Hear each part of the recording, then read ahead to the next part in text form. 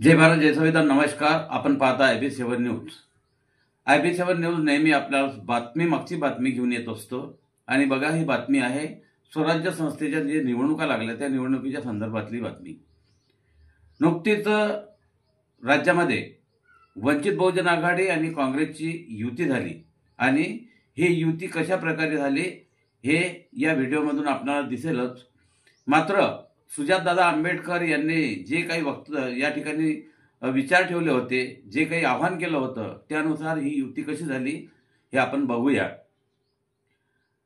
एकीकडे काँग्रेसने वंचितला सोबत घेण्याचे ठरवले, तर दुसरीकडे वंचितचा प्रभाव हा सुजातदादा आंबेडकर यांच्या या आंदोलनाने वंचितचा प्रभाव एवढा वाढला की RSSच्या विरोधातलं जे आंदोलन होतं त्या आंदोलनाची एवढा धसका लागलेला आहे की आता BJP सुद्धा आरक्षित ठिकाणी आपला पवित्रा बदलवत आहे आणि त्या ज्या ठिकाणी आरक्षण आहे, मागासवर्गीयासाठी आरक्षण, अनुसूचित जातीसाठी आरक्षण आहे, त्या ठिकाणी भाजप सुद्धा आपला पवित्रा बदलण्याच्या तयारीत आहे. सुजातदादा आंबेडकर यांच्या आंदोलनाने आणि त्यांच्या राजकीय आणि सामाजिक भूमिकेमुळे आता राज्यामध्ये राजकीय वातावरण चांगल्या प्रकारे परिवर्तित झालं आहे. पहा या बातमीमधून. 2019 मध्ये युतीने केली, काँग्रेसला पाडली.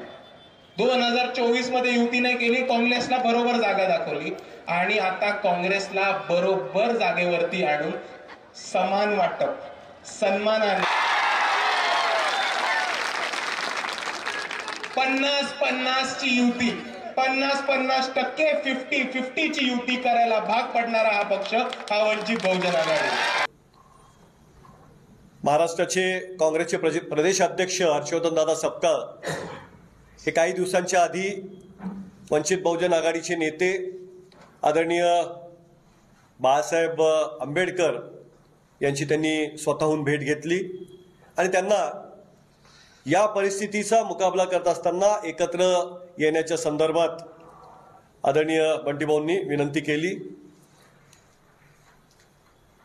महाराष्ट्रभरामधल्या ज्या निवडणुका आता स्थानिक स्वराज्य संस्थांच्या होत आहेत, नगरपालिका असतील की त्यानंतर जिल्हा परिषद पंचायत समिती असतील, या निवडणुकांमध्ये एकत्र आलं पाहिजे ही भूमिका पुन्हा एकदा हर्षवर्धनदादा सपकाळ यांनी मांडली. आणि निश्चितपणे या नवीन आणि तरुण प्रदेश अध्यक्षांना त्यांच्या हाकेला ओ देत बाळासाहेब आंबेडकरांनी देखील अत्यंत पॉझिटिव्ह अशी भूमिका मांडली आणि त्याची सुरुवात ही बुलढाणा जिल्ह्यापासून होते. प्रदेशाध्यक्ष हर्षवर्धनदादा सपकाळ यांच्या या जिल्ह्यापासून होते.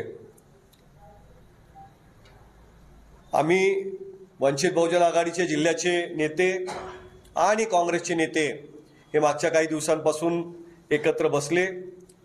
सगळ्या गोष्टींवर त्यांनी चर्चा केली, आम्ही सगळ्यांनी मिळून चर्चा केली आणि या सगळ्या चर्चेतून निश्चितपणे हे ठरलं की वंचित बहुजन आघाडी आणि काँग्रेस हे स्थानिक स्वराज्य संस्थांच्या निवडणुका एकत्रपणे लढणार आहेत. आणि अशा पद्धतीनं आता एकीकडे महाविकास आघाडी, तर महाविकास आघाडी होत असताना आमची महाविकास आघाडीच्या संदर्भात पण चर्चा झालेली आहे. महाविकास आघाडी जी आहे आमची ती पण जिल्हाभरात झालेली आहे. काँग्रेसच्या वाट्यावर ज्या काही जागा आल्यात त्यातून आता म्हणजे वंचित आघाडीला सोबत घेऊन आम्ही एकत्रितरित्या या निवडणुकांना समोर जाणार आहोत. आणि मला निश्चितपणे खात्री आहे की वंचित बहुजन आघाडी आणि काँग्रेस जेव्हा एकत्र येण्याचं आता ठरलंय तर निश्चित हवा जी आहे त्याचं रुख आता बदलणार, एवढी प्रचंड ताकद आता या आघाडीमध्ये होणार आहे. मागे तुम्ही बघितलं असेल की लोकसभा असो, वेगवेगळ्या विधानसभा असो, वेगवेगळ्या लढल्यांमुळे कशा पद्धतीनं निकाल लागले हे आपण सगळ्यांनी बघितलंय. आणि त्यामुळं आता स्थानिक स्वराज्य संस्थांच्या निवडणुकात एकत्र येत असताना स्थानिक स्वराज्य संस्थांमध्ये प्रचंड बहुमत ही आघाडी निश्चितपणे मिळवत असताना शाहू फुले आंबेडकरांची विचारधारा पुन्हा एकदा अत्यंत ताकदीनं या जिल्ह्यामध्ये जिवंत करण्याचं काम ही आघाडी केल्याशिवाय राहणार नाही. आणि याचा परिणाम पुढच्या विधानसभा असो, लोकसभा असो, यामध्ये पण निश्चितपणे जिल्ह्याला आणि महाराष्ट्राला जाणवल्याशिवाय राहणार नाही.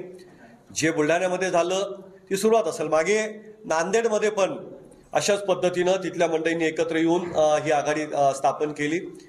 आता बुलढाण्यात झाल्यामुळं, प्रदेशाध्यक्षांच्या जिल्ह्यात झाल्यामुळं हा जिल्हा प्रदेशाध्यक्षांचाच नाही आहे, तर आदरणीय बाळासाहेबांचा पण हा जिल्हा आहे.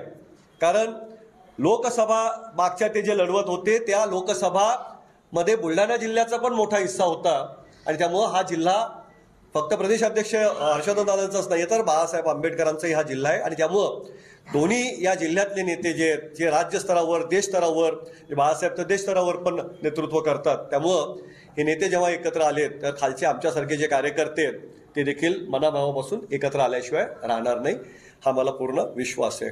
पाहताय IB7 न्यूज, आवाज नव्या युगाची.